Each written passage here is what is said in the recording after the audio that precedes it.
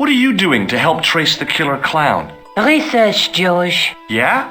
You have a copy of the clown's yearbook? I have a telephone and lots of contacts. Oh, well, did you find anything useful? Not yet. I'm employing my first and most useful weapon. What's that? Patience. Oh, I've heard of that. Isn't it a substitute for decisive thinking? Do you have a boyfriend? Not anymore. There was someone. A guy in my final year, but it didn't work out. Neither did my degree. I'm sorry. I'm not. Tell me more about your family. When I was a little girl, I used to spend the winter with my grandfather and grandma.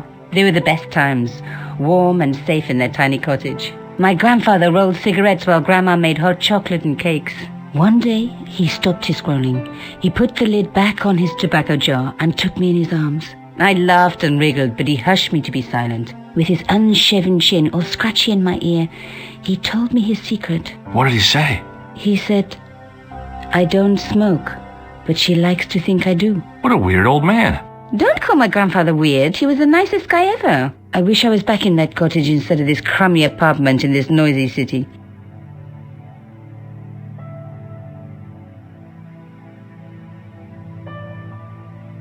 Hey, Nico, shake hands with me. No chance, Buster. I found this matchbook in the killer's hotel room. It's from the Club Alamut. Never heard of it. Is there anything written inside it? No, what were you expecting? If this was a movie, there'd be a clue, a name or an address. That's no use. There aren't even any matches in it. Oh well, I'll keep it as a souvenir. I found this in the killer's room. What is it, a credit card? ID, Thomas Merlin, of the Gruber Electronics Corporation. Never heard of him or the company. You're just not going to believe what I've found. It's not another part of the clown's costume, is it? It's a medieval manuscript. Khan left it in the safe at the U-Boo. It's incredible. Is this what he took from Plantark? It could be, which means it's worth enough to kill for. Look there, two guys on the same horse. Oh yeah, maybe they couldn't afford one each. What of it? Have you ever heard of the Knights Templar? Their official seal was an image of two knights sharing a horse. Whatever this manuscript means, it's connected with the Templars. How come you know about these knights? I learned about them while writing an article on the Crusades.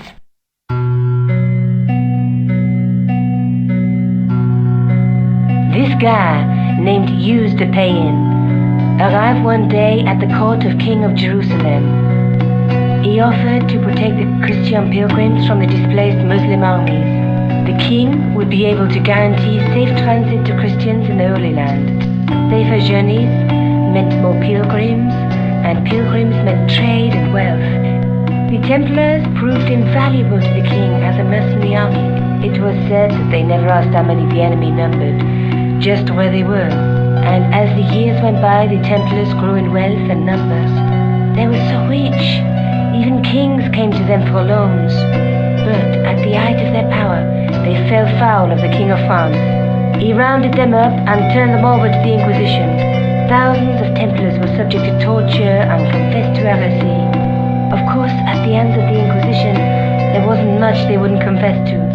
The last Grand Master Jacques de Molay was burned alive. Jeez, so the treasure is hidden, waiting to be discovered? If there ever was a treasure, it's been lost for 600 years. Anyway, we're supposed to be investigating a serial killer, not a medieval treasure trove. But maybe that's what the clown and his accomplices are after. Maybe this manuscript is the key. You'd better leave it here for safekeeping. Let's take another look at the manuscript.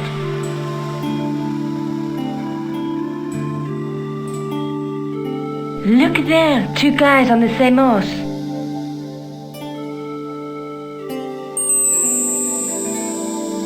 There's a guy with a sword and a bull. The only mythological bull I know of is the Minotaur, but he was only half bull. I don't think I'd like to be half a bull, even if it was the bottom half. What's that object between them? It looks like a gem on top of a tripod. There's a guy working on a loom. He's weaving a carpet or a tapestry. Or a duvet cover. It's a clue to a place, I reckon. Somewhere famed for weaving and ships. Where folk live in barrels? It beats copper boxes. A knight with a crystal ball. Now, there's something written on the scroll beside the knight. Yes, but it's written in Latin. Per disciplinum mea lux videbis. By my teachings, you will see the light. You speak Latin? Where did you learn a trick like that? A trick? I studied law, okay? I can read Latin. My, you're touchy. Tell me that again. There's a woman looking at her reflection in a mirror, but the reflection has 3 hideous faces. She reminds me of the wicked queen in Snow White. She was the one who said, "Mirror, mirror on the wall," wasn't she? She made me cry so much when I was a kid. Mom carried me out of the movie theater. She didn't frighten me in the least. Like I said, I was only a kid. I didn't like the crocodile in Peter Pan either. Let's face it, we need help, George. Someone who knows about these things. Who do you suggest? Indiana Jones? I know a guy who specializes in medieval studies. His name is Lobineau. Huh. Some stuffy old fossil who gets horny over ancient relics, I suppose. Far from it. Andre isn't the stereotypical professor you have in mind. Where can I find this Lobineau guy? At the Kroon Museum. I'll give you the address.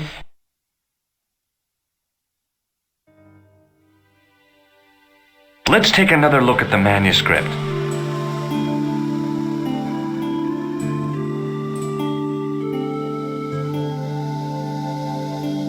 A knight with a crystal ball. The knight's scroll bears a phrase in Latin. Through my teachings, you will be enlightened. There's a woman looking at her reflection in a mirror, but the reflection has 3 hideous faces.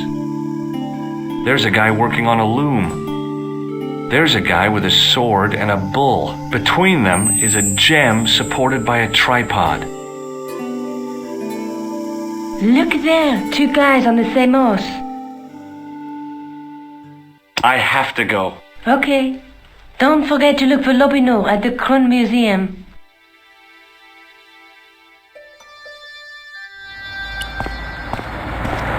Oh, hi. Hello, my handsome friend. Does this matchbook mean anything to you? No, but I can tell you one thing. There's no such place as the Club à la Moute in Paris. Can you tell me anything about this security pass? I can tell it doesn't belong to you. How come? Give me some credit. If you're an electrician, I'll eat my antirhythms. You're a remarkably talented lady. See you later. That's right, monsieur, you will.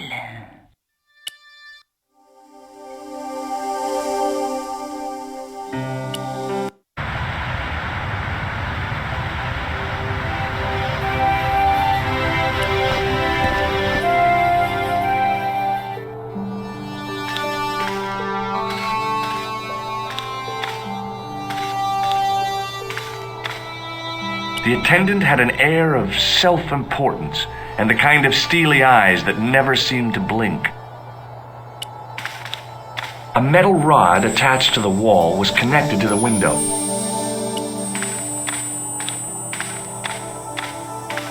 In the case was a spindly tripod, blackened with age and pitted with rust. It was identical to the tripod pictured on the manuscript. A notice identified it as 15th century from Western Ireland. It had been found in Loch Marne at the site of a Knights Templar preceptory. Ireland! What's that? This tripod was found in Ireland. I will have to ask you to keep your voice down. I'm sorry, I was excited. Pardon me? Oui, monsieur? Are you Lobineau? Oh, no. Fancy you mistaking me for him. No. I am the deputy custodian. But Lobineau does work here. Work? I wouldn't go so far as to call it that. He studies here most days, but as you can see for yourself, not today.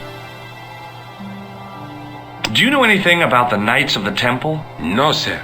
not a sausage. The sign on the tripod says it was found at a Templar preceptory. It does? Yeah.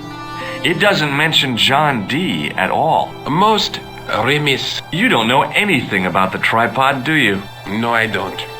I never had much of a start in life, you see. I owe what little education I gained to my uncle. He was an optician, but he also doubled as the village school teacher. He taught me the alphabet. Well, 19 letters of it. The bottom row of the chart was too small even for him to read, so he left them out. Why don't you start over and enroll for adult education? You know, I never thought of that. Do you think if I studied hard and did all my homework, I could be a professor of history? At your age? Dream on. Do you know anything about medieval manuscripts? Not me, monsieur. I am no scholar, though people often mistake me for one. It is the uniform, I guess. They see the clothes. They are impressed. And they ask you to park their cars? They ask me to park the... No. They assume I am an authority on the exhibits in my care. Whereas you know next to nothing about history. Of course not. All I am saying is, I am no scholar, not like Monsieur Lobineau. Can you give me any further information about the tripod? Certainly, monsieur. It's infamous. That tripod, that belonged to John D.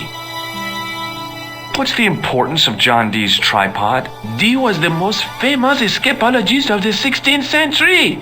The Houdini of his time. Don't you mean alchemist?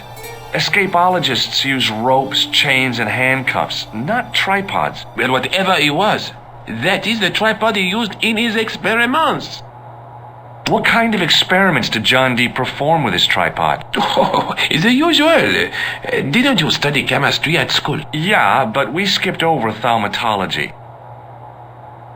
Can I take a closer look at the tripod? What? Get it out of the case? No! That tripod is protected by a sophisticated surveillance system. How sophisticated? A painfully loud alarm bell. How is the alarm bell triggered? By the slightest pressure on or movement of any part of the case wherein that tripod is situated. It strikes me that to call your alarm system sophisticated is, well, stretching the truth a little. It has never failed yet. The sophistication is in its simplicity. Have you ever heard of the Club Alamut? Oh no, I don't frequent places like that. What do you make of this tissue? It is absolutely disgusting, monsieur. Do you recognize this red nose? I don't think so. Do you recognize the man in this photograph? No, monsieur. Is there any reason why I should? I guess not. What does this tool mean to you? That belongs in a museum.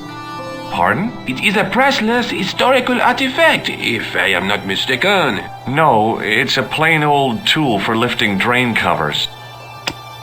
Do you recognize this ID pass? No. Would you like to shake my hand? Not while I'm on duty, monsieur. Thanks for your help.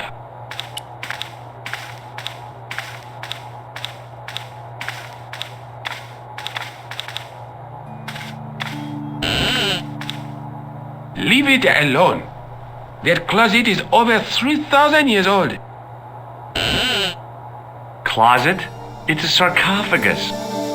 It was an ancient Egyptian sarcophagus with a beautifully painted effigy of its owner on the lid.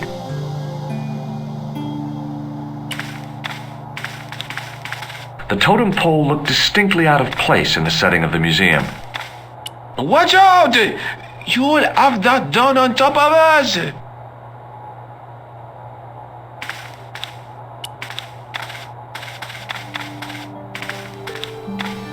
Attention! Please do not open the window, monsieur. Don't you think it's kind of stuffy in here? Better stuffy than dead. What's the problem? Fumes from car exhausts? Not just that, monsieur. There's a new burger bar opened up across the street. The Laughing Buffalo. So what's the problem? They cook their burgers on a charcoal grill. and the fat falls on the open flames. The amount of organic compound and smoke particles released is astounding. Since they opened, local air pollution has doubled, and it stinks like a funeral pyre. That is why I keep the windows closed.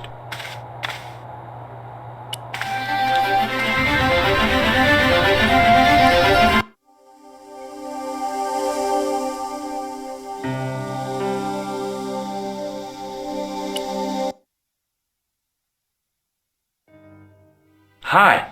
I've been to the Croon Museum. Did you speak to Lobineau? No, he wasn't there.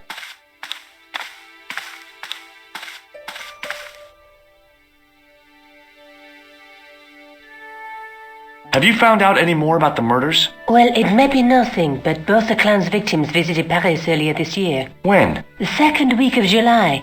They were both here at the same time. Did they meet? I don't know, but I can't imagine it was coincidence.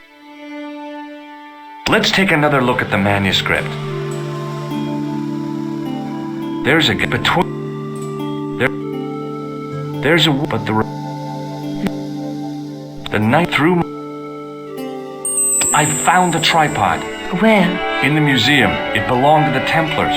It was dug up in Ireland at a place called Loch Marne. I have heard of Loch Marne. I read an article about the castle. Take a look for yourself. A popular gossip magazine. You read that rubbish? No, I write it. Professor Nigel Pegram, excavating the medieval castle at Loch Marne. That's strange. What? He resigned his chair at Durham University in order to devote his time to the excavation. Not only that, but he canceled the filming of a fourth series of his popular television program. This site at Loch Marne must be awful important to him. He's a professor of history. They're all cuckoo. All the same, I'd like to talk to this Professor Pegram. How do you feel about a trip to Ireland? Disappointed. Huh? That I won't be going. I want to follow up the Belota case. If you really think Pegram's gem is important, why don't you visit Loch Marne? On my own? I'm not so sure about that. Where is Ireland exactly? I have to go. Okay, I'll see you later.